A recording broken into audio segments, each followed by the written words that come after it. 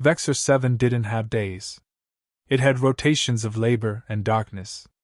In the mines, time bled together under ultraviolet lamps that flickered with the pulse of Central Command's heartbeat. Kora Talin's fingers were raw. Dust clung to every breath. She moved like machinery, function, not freedom, one cracked boot in front of the other.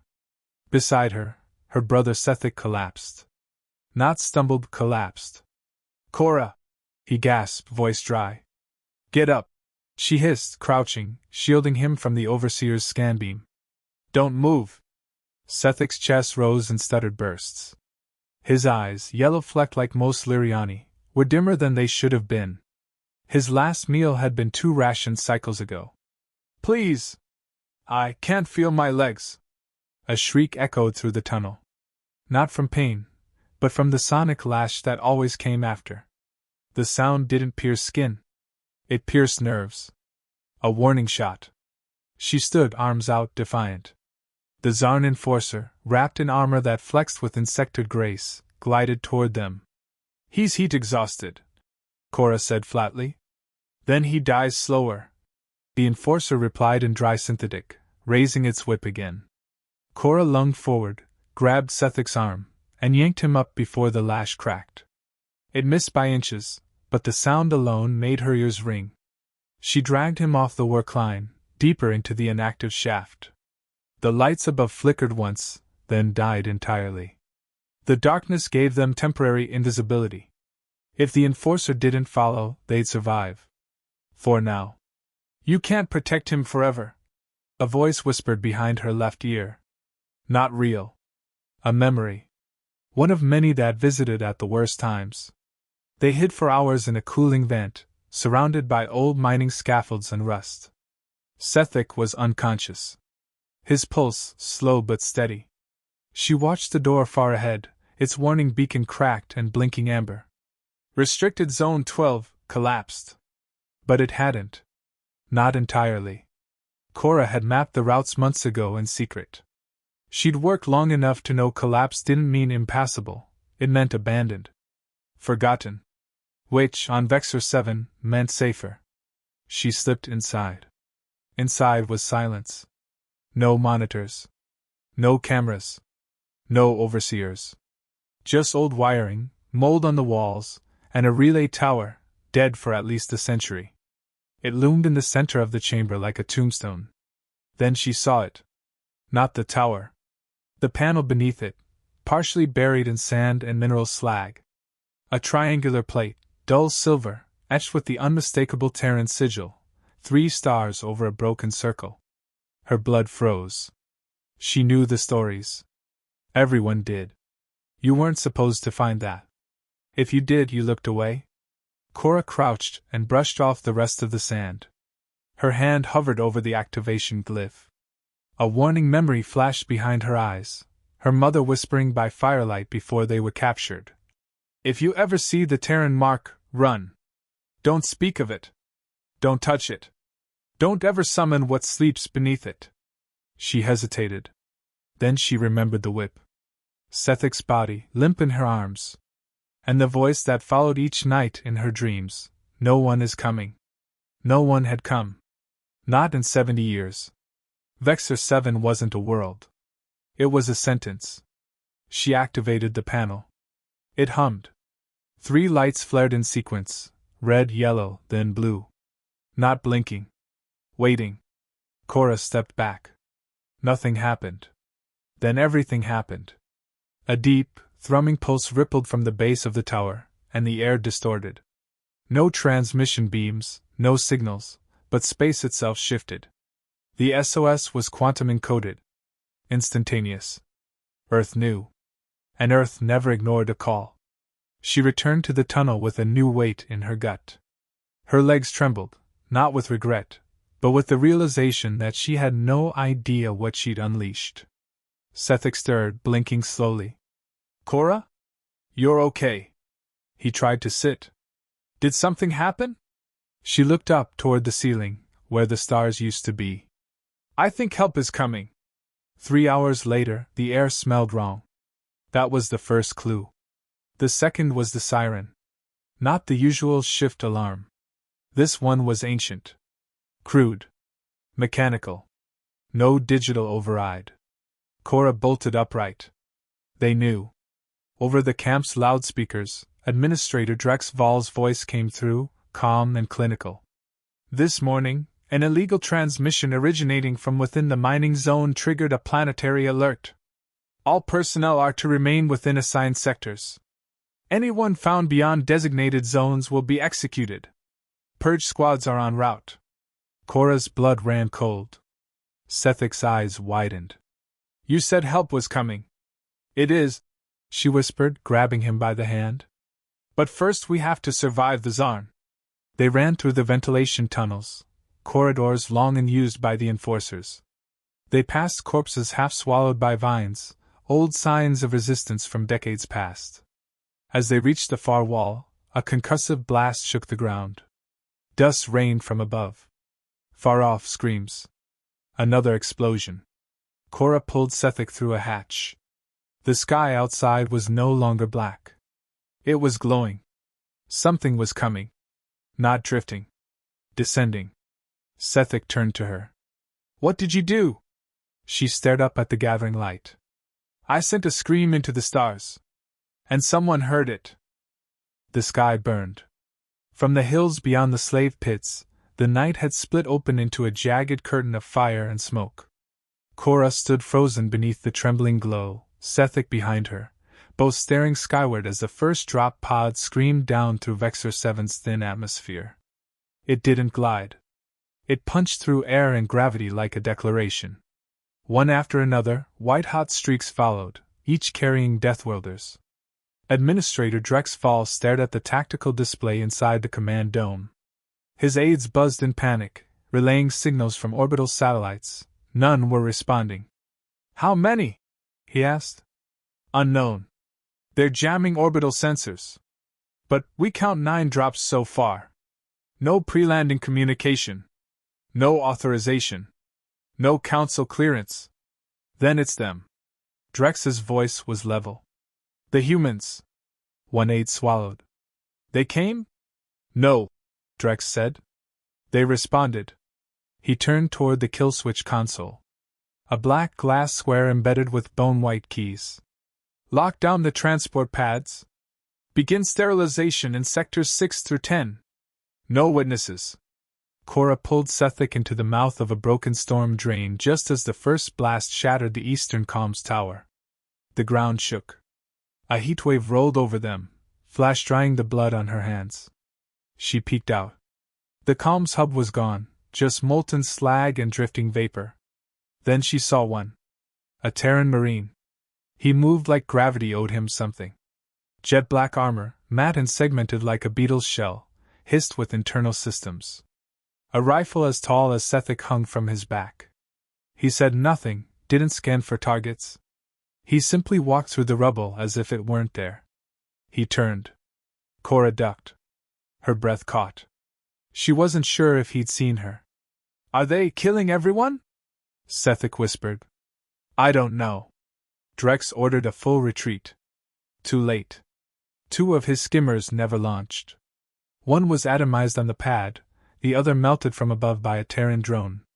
Inside the command bunker, the walls shook as distant barracks erupted into flame. Drex keyed a private line. To the last security unit. You are to execute every non-Zarn in Zone Delta. Burn the bodies. A pause. Then static. Then a reply. We're not Zarn. Drex's breath hitched. The voice was human. By the time Kora and Sethic reached the edge of the main camp, the battle was over. Not ended. Over. The Zarn command dome had collapsed in on itself, reduced to twisted steel. The watchtowers were dark. The slave pens breached. And everywhere, silence. Kora stepped through the wreckage. Bodies, some Zarn, some charred too badly to identify, were strewn across the plaza. She saw no Terran dead. Only scorched footprints where they'd moved, fought, and left nothing behind. Sethic whispered, Is this what rescue looks like? She didn't answer. At the far end of the square, a large figure stood with a data pad. His armor was similar to the others but bore red markings. Rank. Kora approached slowly, hands up. I'm not Zarn, she called. The man looked up. His face was visible. Human. Weathered, dark-skinned, hair shaved short. Calm eyes. Too calm. She stopped 5 meters away. I'm the one who sent the signal. He said nothing. Sethik stepped beside her. Are you here to help us? Finally, the man spoke. We came because the beacon activated. Not for charity. Not for diplomacy. His voice was clear. Steady. You broke protocol. You requested full Terran deployment. We responded. Kora frowned. I didn't know. That's not relevant. She took a step closer. Are we safe now? The man stared at her. No. Inside a temporary command tent, Kora sat across from the human, now identified as Commander Ilya Mendez, Terran Strike Group Exostrike 4. She glanced at the hovering display above the table, images of the colony, cross-referenced against satellite recon, threat markers highlighted in red. Mendez tapped 1. Drex Volume Site Administrator. War criminal. He's alive. Kora blinked. I thought. He's in holding. We don't kill for vengeance. We kill for certainty. We're still verifying. She studied him. Why tell me this? Because you're the one who opened the door. You deserve to see what walks through. Mendez led her to the processing tent. Inside, Drex Vol was bound to a chair, stripped of his command garb. He looked smaller than before. Shriveled. He raised his head when Kora entered. You think they came for you? He spat. You think they're here to build a better world? Mendez remained silent. You don't understand what you've unleashed. Drex sneered. They're not rescuers. They're a purge. I know, Kora replied. He laughed, bitter and broken. Then why summon them? She looked him in the eyes. Because it was you, or them. Outside, a Terran dropship landed with a hydraulic hiss. Troops emerged, calm, wordless, purposeful. Not a smile among them. No celebration. They were here for efficiency, not liberation. One of the Marines paused beside Kora as she watched them unload. He looked at her, helmet tucked beneath one arm. You called? She nodded. He nodded back. Then you understand. And walked on. That night the camp burned, not from human weapons, but from the fires of the Zarn's own design. Scorched memory. Cleansed evidence. Kora sat with Sethik on the edge of the loading docks, watching smoke drift into the stars. Did we win? He asked. I don't know, she said. We're alive. That doesn't mean we won. No, she said softly. But it means someone else didn't. He leaned against her shoulder, quiet. Mendez approached before dawn. He handed her a sealed case. A hexagonal relay disc. One-use contact. Planet-bound. Fires through relay net. Direct to Earth command. Kora stared at it. In case they come back? He shook his head. In case you forget what happens when we come back. Dawn came reluctantly to Vexor 7. Gray light filtered through the smoke still rising from ruined towers. The fires had died down, but the air remained bitter with melted alloys and scorched plastic. It didn't smell like victory. It smelled like aftermath. Kora sat near the outer perimeter, hands clasped over the relay disc Mendez had given her. It was smooth, warm, heavier than it looked. One signal. One more scream, if needed. She hadn't spoken since the night before. Not to Mendez. Not to Sethik. There was too much to process, and nowhere in her mind to put it. Sethik stirred beside her, wrapped in a thin emergency blanket. He'd been sleeping in uneven spurts since the Terrans gave him a nutrient infusion. His cheeks looked fuller. Less ghostly. He blinked at her, confused. Is it over? Kora didn't answer right away. She glanced at the horizon, smokestacks twisted like black vines. The Zarn's command center now a crater. Their flags torn down, replaced by nothing. It's quiet, she finally said. Quiet feels strange. It always does after screaming. The camp's survivors had been gathered by the Terrans for processing. No celebrations. No speeches. Just ID scans, wound treatment, and short commands. Walk forward. Stand still. Look into the lens. The humans didn't ask about past crimes or affiliations. They didn't care who'd collaborated or who hadn't. If you were alive and not armed, you were processed. If you resisted, you disappeared behind the black tents. No one returned from there. Kora moved through the medical zone, checking for familiar faces. She passed burned victims with glassy eyes, children cradling ration packs like relics, a Liriani woman she vaguely recognized from Sector 7, staring into her palms as if expecting blood. Then she saw Drek's volume. Or what was left of him. He sat alone in a containment pod, arms bound, head shaved, stripped of status, stripped of pride. Not tortured. Not touched. He was alive. That was the punishment. Kora stood just beyond the transparent field, watching. Drex looked up, saw her, and smirked. You think this is justice? She didn't answer. You think humans came here for you? You're a tool. A trigger. They'll leave you in the ash, same as us. She stepped closer. The difference is we'll walk out of the ash. He laughed, hoarse and bitter. For now. By midday, the Terran fleet began its withdrawal. No monuments left behind. No promises made. Just dismantled guns and sealed archives. The humans erased their presence almost as efficiently as they'd erased the Zarn. Mendez approached her while she stood at the edge of the landing zone. Camp's yours now. Kora nodded slowly. And what am I supposed to do with it? Whatever you want. Build. Bury. Burn it down again. She held up the relay disc. And if something worse comes? He met her eyes. Then scream louder. Sethik was seated on a bench nearby, cradling a thermal canister the Terrans had given him. His hands looked steadier now. His voice less brittle. They're really leaving? They came to finish something, Kora said. Not to stay. He glanced toward a marine loading crates into a shuttle. They don't even look back. They don't need to. Will they ever come back? She hesitated. I don't think we want them to.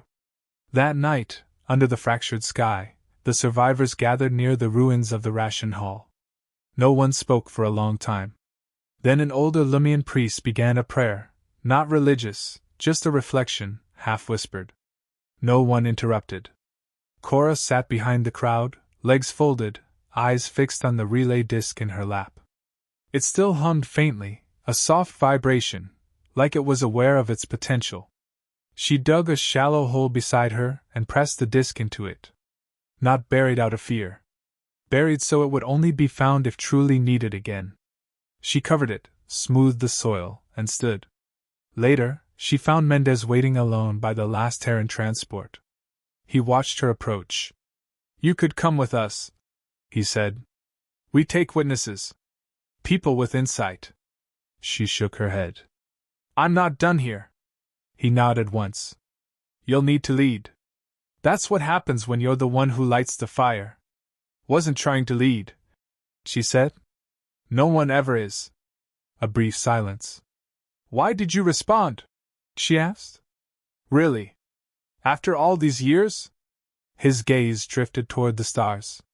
Because when a Terran SOS beacon is triggered, it doesn't go to diplomats. It goes to soldiers. She raised a brow. So there was no chance of negotiation? There's never negotiation after the beacon. Another silence. Then he stepped aboard. The next morning, the sky was clean. The Terrans were gone. Not even exhaust fumes remained. Just scorched earth, quiet corridors, and people blinking into a future that had no master. Kora began rebuilding Sector 4's food center. Others joined. No orders given. No hierarchy assigned. Just movement. Progress, however small. By week's end, Kora returned to the buried disc. She sat cross-legged, fingers brushing the soil. Not to dig it up, just to remember. The Terrans had not been saviors. They had been a consequence.